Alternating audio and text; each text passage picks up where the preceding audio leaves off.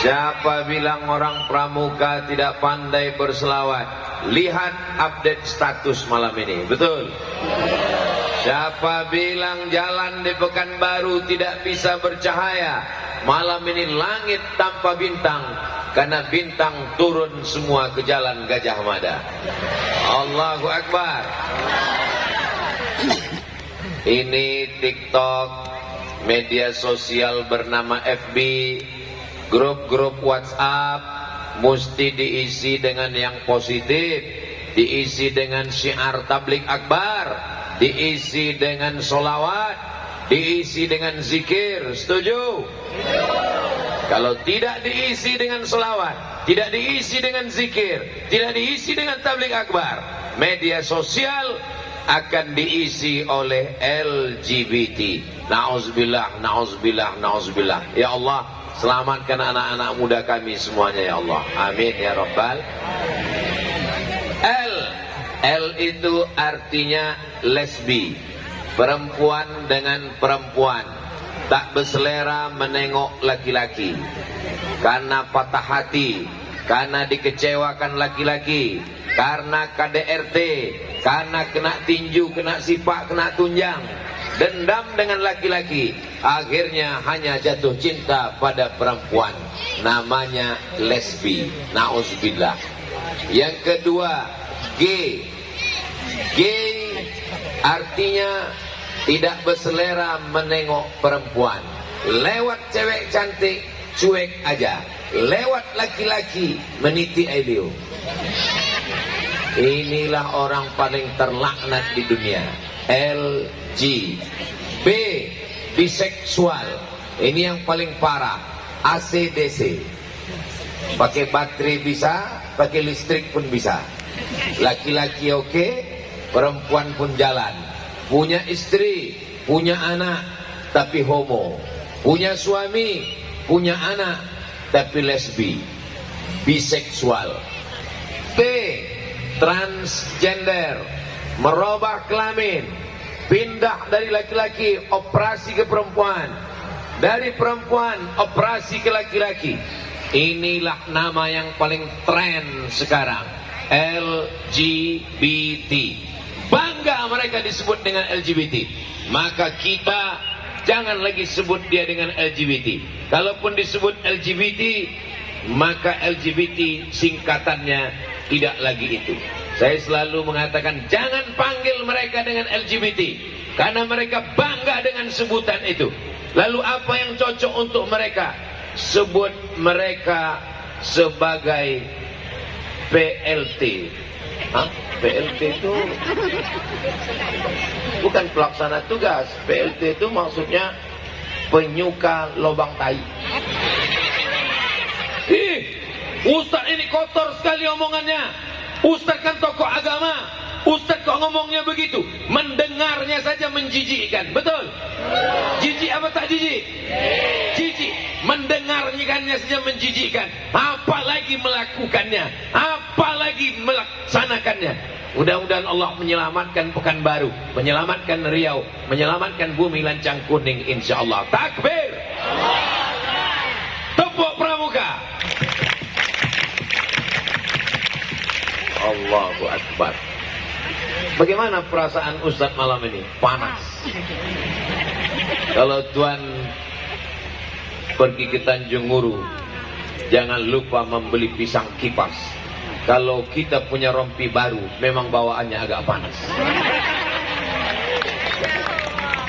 Saudara yang dimuliakan Allah Subhanahu wa taala. Nanti kalau ada yang menanya, apa itu LGBT? Maka jangan jawab dengan singkatan-singkatan yang mereka arahkan ikut kata mereka. Buat sendiri. LGBT artinya lubang ciri bongkak titanus. Bagi yang ada punya usaha-usaha sablon baju kaos di Pekanbaru, silakan buat di belakang. Selamatkan Pekanbaru dari LGBT, lubang ciri bongkak titanus. Tapi baju-baju yang model begini jangan dipakai sholat Jumat. Ini dibuat baju ini pakai suatu cuma kawan terlambek di belakangnya. Istilahnya menjijikkan. Bagaimana azab Allah untuk mereka? Ja'alna 'aliyaha safilaha. Kami jadikan bagian atas turun ke bawah, bagian bawah naik ke atas.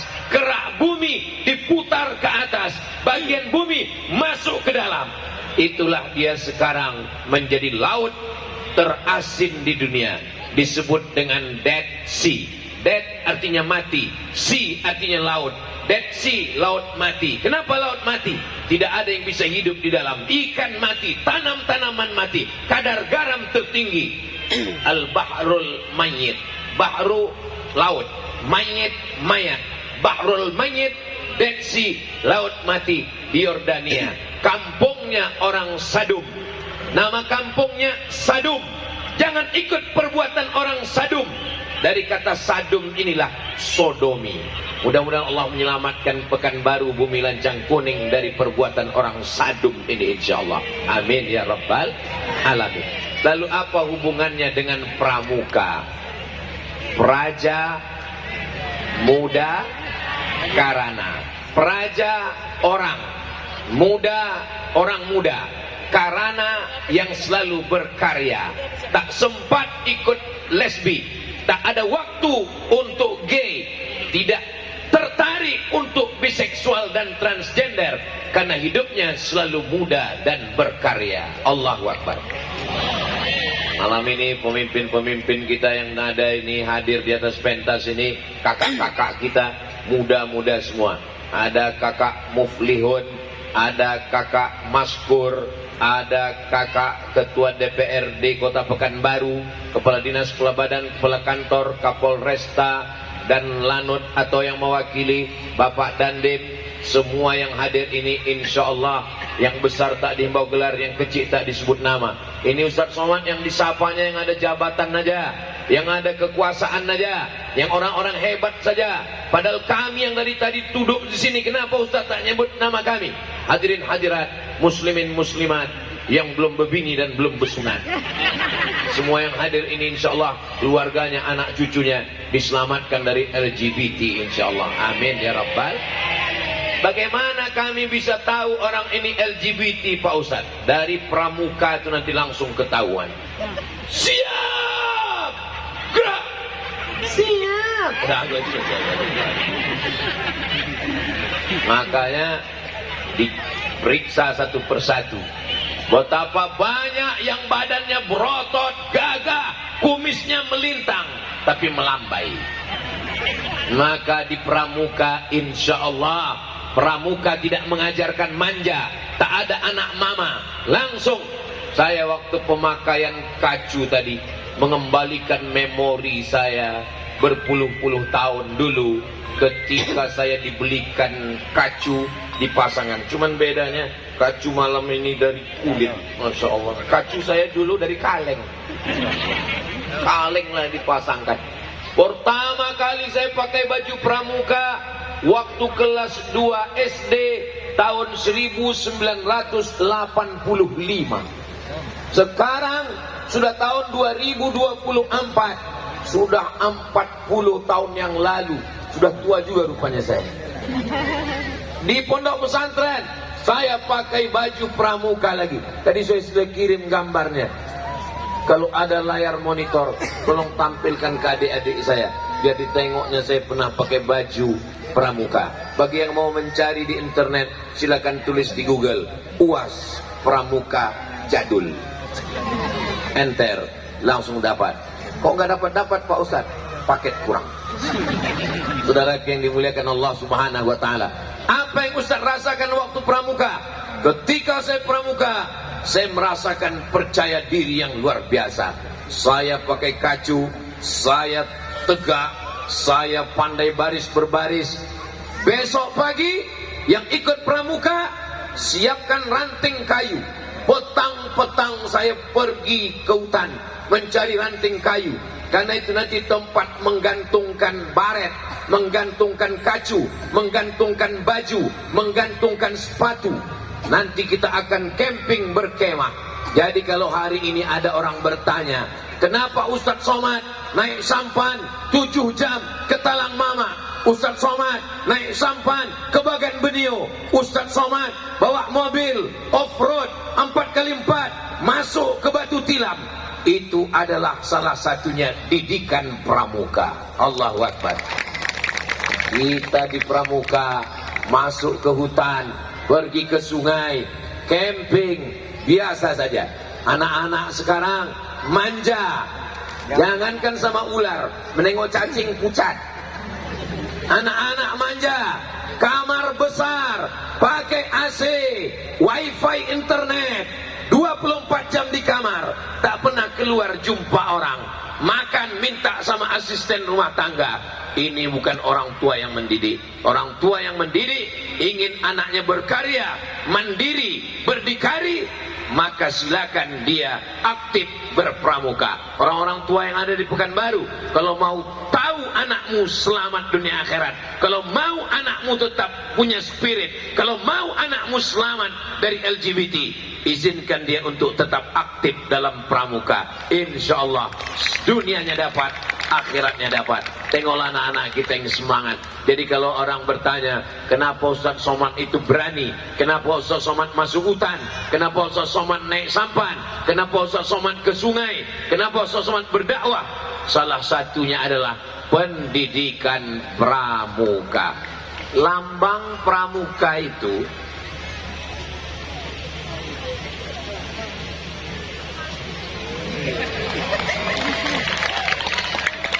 lambang apa itu? Tunas kelapa. Kenapa bukan pokok jengkol? Kenapa bukan, padahal mobil-mobil di Pekanbaru gambal pucuk rebung, kenapa bukan pohon bambu? Kenapa kelapa? Karena kelapa lah buah yang tidak ada yang dibuang menjadi sampah. Sabutnya bisa dianyam menjadi keset kaki. Sabutnya untuk membuat api unggun. Sabutnya untuk mengelap tai ayam. Dibuka sabutnya, dapat batok kelapanya. Batok kelapanya dibakar menjadi arang, diekspor ke Dubai. Briket batok kelapa. Orang Arab mau menyalakan yang disebut dengan bukhur, harum-haruman dari tengah hutan Riau. Dulu mata kepala Abdul Somad masih melihat pohon gaharu. Sudah gaharu, cendana pula. Sudah tahu, bertanya pula. Dipotong kayu gaharu, semakin disakiti, semakin dibakar, semakin harum semerbak.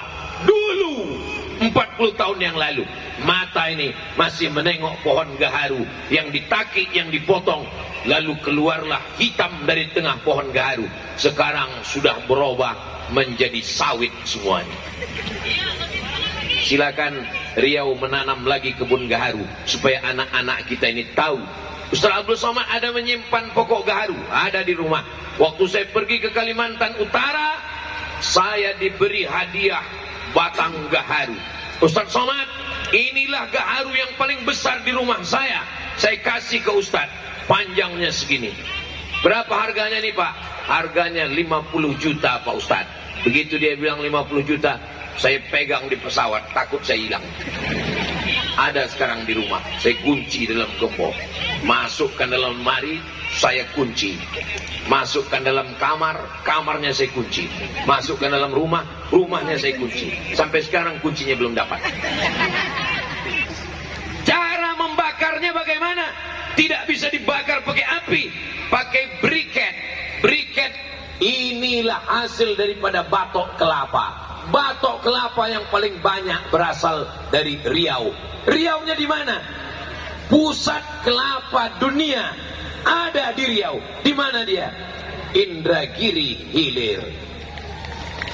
Dibuka sabutnya, dapat batok kelapa. Dibuka batok kelapa, muncullah kelapa. Semua orang suka kelapa. Yang muda, degan of kelapa muda. Yang tua dibuat jadi rendang, katupe gulai paku, santan gulai. Air kelapa diminum, kelapa muda untuk obat, kelapa tua pun tak ketinggalan. Tidak ada yang hilang. Bagaimana dengan batang kelapa? Batang kelapa menjadi tiang rumah-rumah adat zaman dulu. Bagaimana dengan akar kelapa? Akar kelapa dipakai untuk memasak betana nasi gulai. Bagaimana dengan pucuk kelapa? Daun kelapa yang muda sebelum janur melingkar masih milik bersama. Idul Fitri, Idul Adha, orang Melayu memasak ketupat. Dari mana? Pucuk daun kelapa. Dicabut pucuknya, dapat yang disebut dengan apa namanya yang manis-manis tuh? Umbut. Saya tahu, cuman ngetes saja nih, tahu apa tidak. Umbut kelapa dimakan mentah, enak, dimasak pakai santan, dicampur dengan udang. Sasabi lagi, meniti Elio. Tidak ada yang terbuang dari kelapa. Itulah mengapa lambangnya adalah tunas kelapa. Kelapa campakkan, tak perlu pupuk, tak perlu dibersihkan. Silakan semak. Pohon kelapa makin semak, makin banyak rumput, makin buahnya melimpah ruah. Pohon kelapa di tepi laut, bahannya ke laut. Batangnya di tepi pantai, nyiur melambai. Kelapa di atas tanah liat tumbuh. Kelapa di atas tanah berpasir tumbuh, menghasilkan kelapa yang luar biasa. Tidak ada yang sia-sia dari pohon kelapa. Itu tidak ada dari pohon yang lain. Pohon lain masih ada sampahnya, pohon lain ada baunya, pohon lain ada busuknya. Tapi pohon kelapa bermanfaat semuanya. Begitulah Praja Muda Karana, anak-anak pramuka, tak ada yang sia-sia. Jadi tepuk tangannya macam tak yakin. Bagaimana mendapatkan kelapa? Mendapatkan kelapa bukan mudah. Kelapa tinggi, menjulang 10, 20, 30 meter. Untuk mendapatkan kelapa, kelapa mesti dipanjat. Hanya orang yang mampu memanjat yang bisa mendapatkan kelapa. Yang bisa memanjat, silakan panjat. Yang tak bisa memanjat, Barua. Ada sekolah Barua di Pariaman untuk memanjat batang kelapa, memanen kelapa. Setelah kelapa didapat, apa yang dilakukan? Kelapa mesti jatuh ke bawah. Dan jatuh kelapa itu menyakitkan.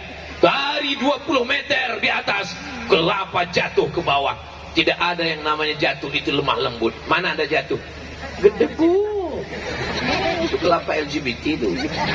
Kelapa itu jatuh dari atas, menyakitkan. Gedebu. Jatuh ke bawah.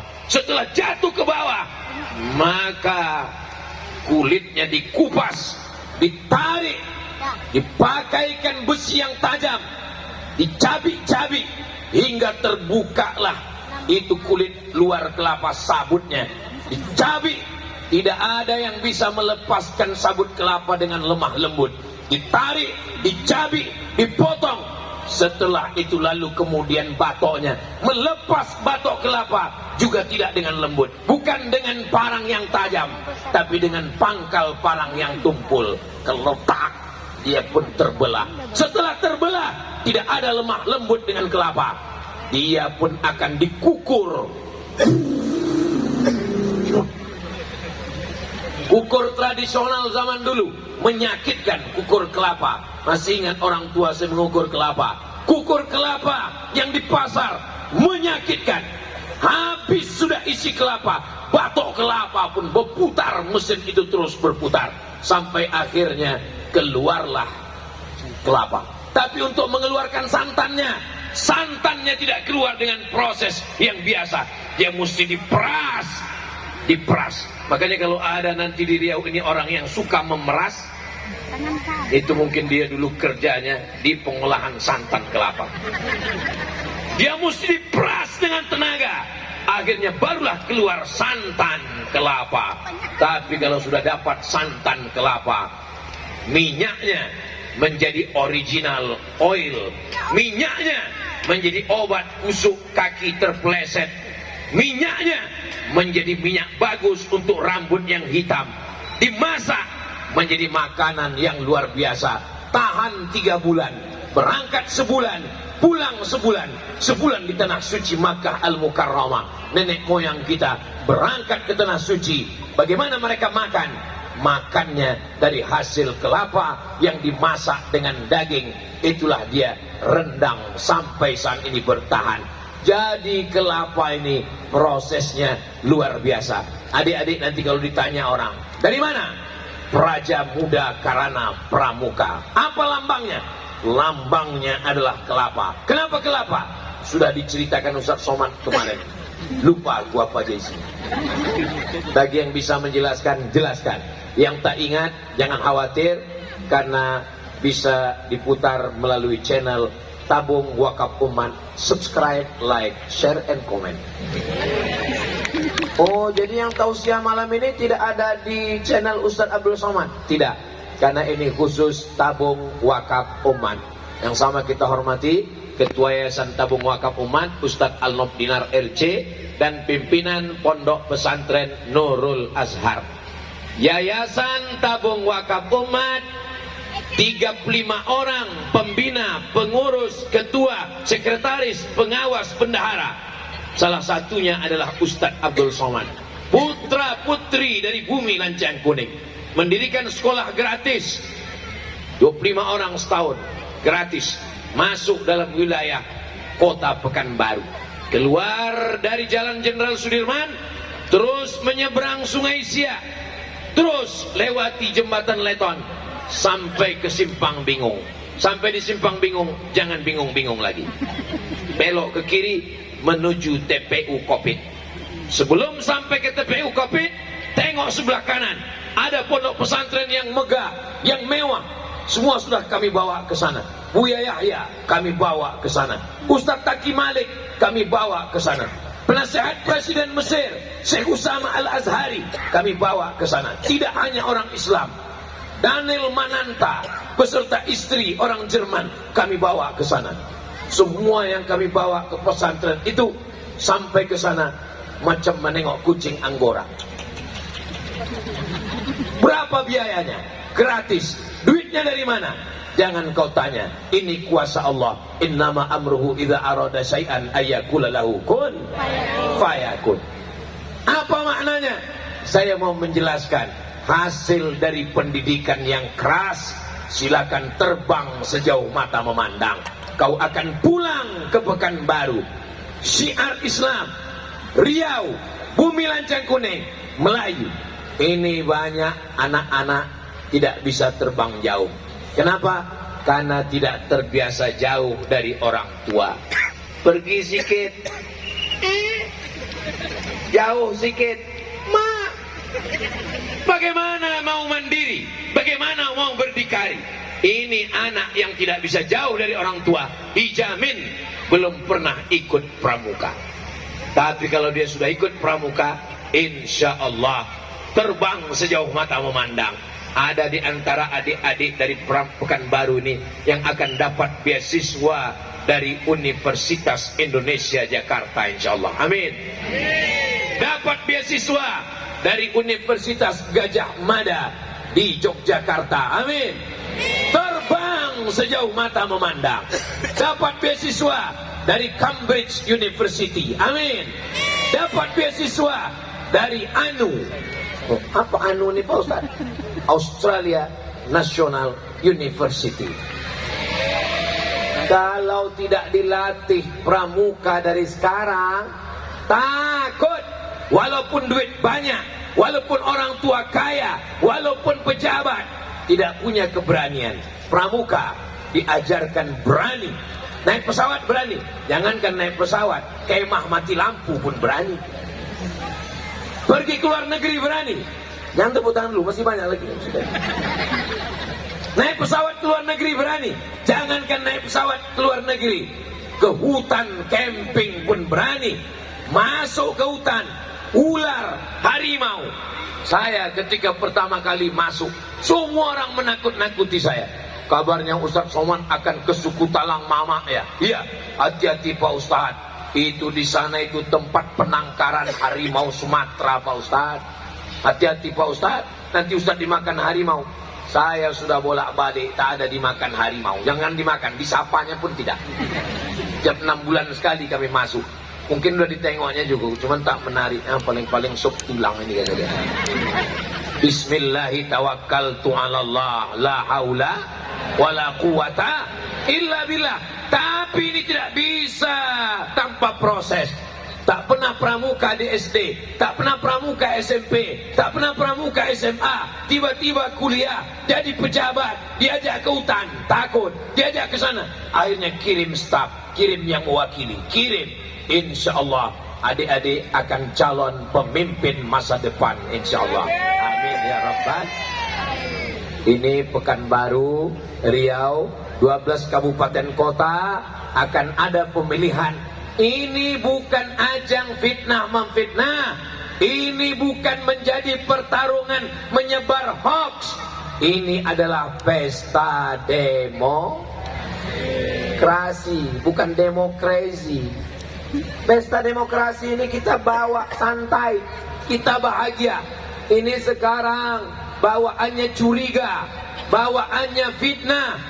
Ini tak tahu besok keluar berita entah apa ini. Ustaz Abdul Somad berfoto dengan Bapak PJ Wali Kota.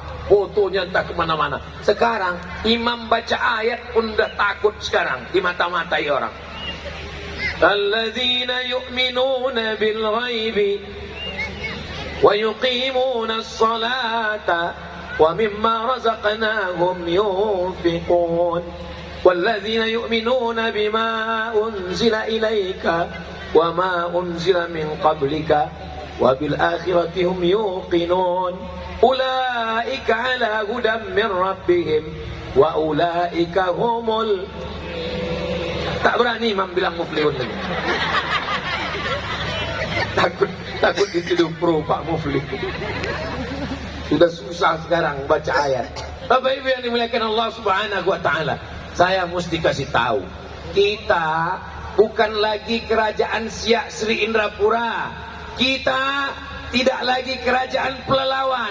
Kita bukan lagi kerajaan Indragiri. Kita bukan lagi kerajaan Riau Lingga. Kita bukan kerajaan Kampar.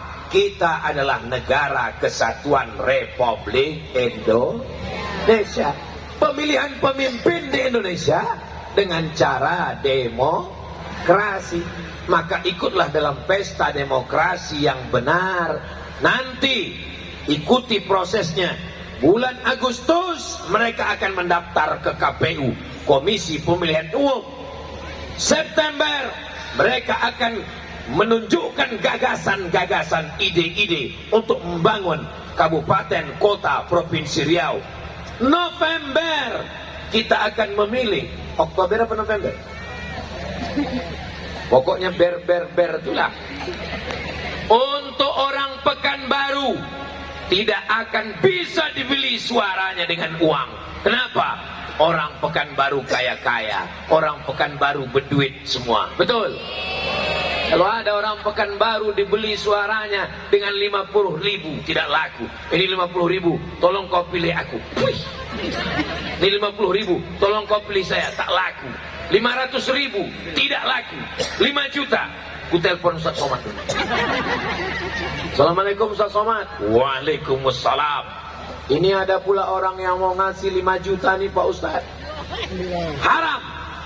Kalau kita bagi 2 Pak Ustaz? Tunggu, saya istikharah dulu. Sekali haram tetap haram. Jangan gadaikan Pekanbaru hanya dengan uang sesaat. Orang Pekanbaru kaya-kaya. Berapa penduduk Pekanbaru? Penduduk Pekanbaru 1,2 juta manusia. Dari mulai Tenayan Raya sampai ke Rumbai, sampai ke Panam, 1,2 juta orang. Orang-orang cerdas, orang-orang hebat semuanya insya Allah. Amin ya Rabbal. Pekanbaru adalah tempatnya orang pendatang. Pekanbaru tempat orang berebut. Di mana ada gula, di situ ada semut. Tapi jangan lupa, Pekanbaru milik Bumi Lancang Kuning. Bumi Lancang Kuning milik orang Melayu. Tapi orang Melayu, orang yang paling terbuka dengan siapapun yang datang. Datang dari Pulau Jawa, silakan ke Pekanbaru. Ini ada orang Jawa di sini. Pripun kapare api. Banyak juga orang Jawa. Insya Allah saya melu acara iki podo kabeh mlebu nang surga. Banyak orang Jawa. Ada orang Minang di sini. Pak Kabadu nam tun sana ambo kasadonyo. Lai ranca. Banyak juga ngawak ternyata. Ada orang Batak di sini. Ya ada orang Ita Sesudena. Horas. Tadi kau tengok yang jawab itu aja orangnya. Kapak bukan sembarang kapak. Kapak dipakai membelah kayu. Batak bukan sembarang Batak. Batak mudah jadi Melayu. Mau Bugis, mau Minang, mau Jawa, mau Sunda. Kalau sudah menginjakkan kaki di sini, di mana bumi dipijak, di situ awak berkodak. Di mana bumi dipijak, di situ langit dijunjung. Jalan yang paling besar, jalan paling panjang di Pekanbaru, bukan jalan Hang Tuah, bukan jalan Hang Lekir, bukan jalan Hang Kesturi, tapi jalan Sudirman. Jalan Sudirman dari mulai tepi Sungai Siak sampai ke Kuansing. Dari tepi Sungai Siak pergi ke airport, terus ke Lipat Kain, terus ke Kuansing, terus ke Air Mole. Itu masih jalan Sudirman. Sudirman itu orang Melayu apa orang Jawa? Mati kita. Jenderal Sudirman dari Yogyakarta, anak sultan, dibuang ke Sulawesi oleh Belanda. Begitulah hebat. Itu Pangeran Diponegoro Pak Ustadz. Ini salah Ustadz itu. Jenderal Sudirman, Jenderal Bentang 5, pahlawan gerilya, demam menggigil, tapi dia tetap berjuang untuk kemerdekaan Indonesia. Namanya di Pekanbaru, Jenderal Sudirman. Artinya apa? Mau orang Jawa tetap dipakai di Pekanbaru kalau bermanfaat untuk bumi Lancang Kuning. Allahu Akbar. Gedung yang paling tinggi di Jalan Sudirman bukan gedung Hang Tuah, bukan gedung Hang Lekir, bukan gedung Hang Jebat, bukan gedung Hang Kesturi. Gedung paling tinggi adalah gedung Suman HS. Apa itu HS? Hasibuan. Hasibuan datang dari mana? Hasibuan dari Mandailing, dari Tapanuli Selatan. Begitulah hebatnya orang Melayu. Siapapun yang datang membawa karya, silakan. Kota Pekanbaru, kota yang terbuka untuk siapapun. Gedung yang paling tua, gedung tempat gubernur, sampai hari ini terjaga, terpelihara, tepat di depan belakang kita. Gedung apa? Nama gedungnya adalah Gedung Kaharudin Nasution. Kenapa orang Melayu menyebut nama-nama ini? Sudirman, Kaharudin Nasution, Suman HS. Orang Melayu mau mengasih tahu ke dunia, kami orang Melayu, orang yang paling terbuka, tidak sektarian, tidak menutup pintu. Silakan datang ke Pekanbaru, silakan berbisnis, silakan investasi. Kalau kau cerdas, kalau kau berkarya, kau akan diterima, kau akan bermanfaat untuk umat dan bangsa. Orang Riau itu hanya menerima Islam saja. Orang Islam Riau itu tidak menghormati orang lain. Masjid terbesar, Masjid Raya An-Nur. Di depan Masjid Raya An-Nur ada bangunan gereja. Gereja apa namanya? HKBP, Huria Kristen Batak Protestan. Ketika acara Natal, mobil banyak. Di mana mereka memarkirkan mobil? Mobilnya numpang parkir di halaman Masjid An-Nur. Apa ada orang Islam waktu periksa tanya, Islam apa tak Islam? Tak Islam, jangan parkir sini. Masalah hubungan akidah, masalah agama, masalah keyakinan, masalah ritual. Wala ana abidum ma'abatum wala antum abiduna ma'abud lakum dinukum waliyadin. masalah hubungan bertetangga, berkawan, bersahabat. Waktu Ustadz Somad diusir dari Bali oleh oknum-oknum yang tak bertanggung jawab, datang Raja Bali, asli orang Bali, raja. Saya mengawal Abdul Somad di Masjid An-Nur, duduk rajanya, silakan Ustadz Somad ceramah tabligh akbar. Muncul kekhawatiran, nanti orang Hindu yang ada di Pekanbaru akan diganggu, kuil tempat ibadah saudara kita dekat airport akan diganggu. Saya sampaikan, orang Riau, orang Islam, orang Melayu, jangan ganggu tempat ibadah saudara kita dekat airport. Kenapa? Karena itu yang membangun adalah Pemprov, Pemda Riau. Riau tempat kebinekaan. Ketika membawa teman saya, orang Tiongkok, orang Cina, orang Tionghoa, saya bawa jalan-jalan ke Pasar Senaplan.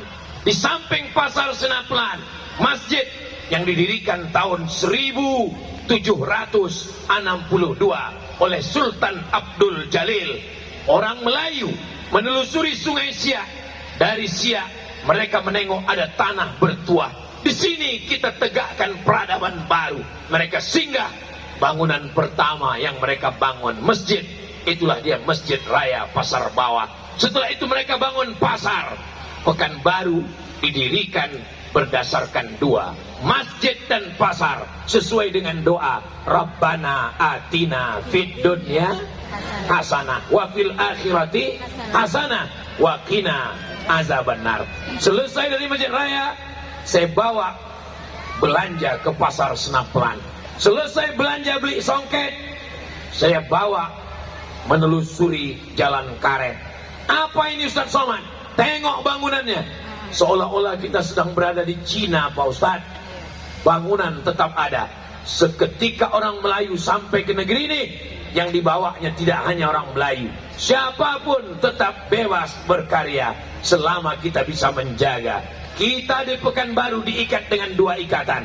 Yang Islam diikat dengan ikatan La ilaha illallah Muhammadur Rasulullah. Yang tak Islam, kita diikat dengan ikatan Pancasila, Undang-Undang Dasar 1945.